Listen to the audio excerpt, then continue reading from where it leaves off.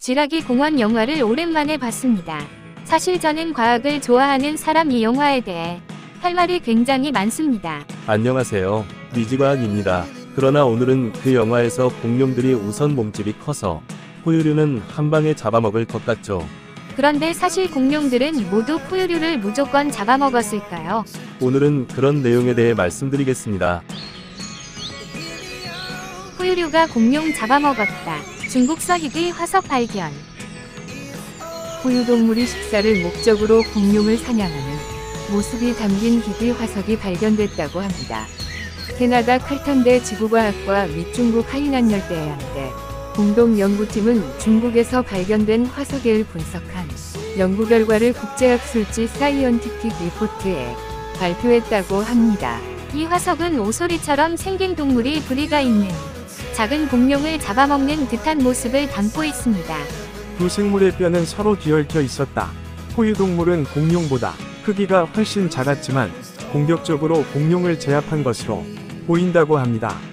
화석에 담긴 두 동물은 메페노마무스 로부스투스와 푸시타코사우루스 루지아트넨시스, 다 포유동물인 메페노마무스는 집고양이 정도의 크기를 가졌고, 공룡인 푸시타코사우루스는 중간 크기의 개와 몸집이 비슷하며 앵무새와 같은 부리를 가지고 있다고 합니다.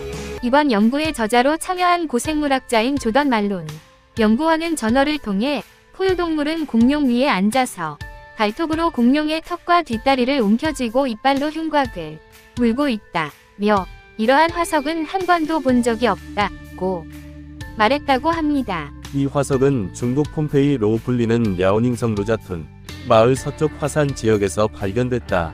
오래전 화산이 폭발하면서 발생한 진흙과 파편으로 생물들이 많이 묻혀있는 곳입니다. 이번 화석이 묻힌 시대 배경은 백악기 시대인 1억 2,500만 년 전으로 전해진다고 합니다. 포유동물이 공룡 고기를 먹었다는 사실이 알려진 건 이번이 처음은 아니라고 합니다. 이전에 발견된 포유류 화석의 내장에서 공룡 잔해물이 발견된 적이 있습니다. 하지만 해당 화석은 포유동물이 공룡의 사체를 섭취한 것일 수 있다는 점에서 살아있는 공룡을 공격했는지 여부는 알 수 없었다고 합니다. 반면 이번 화석은 포유동물이 자신보다 몸집이 몇 배 큰 공룡을 직접 사냥했을 가능성을 암시한다고 합니다.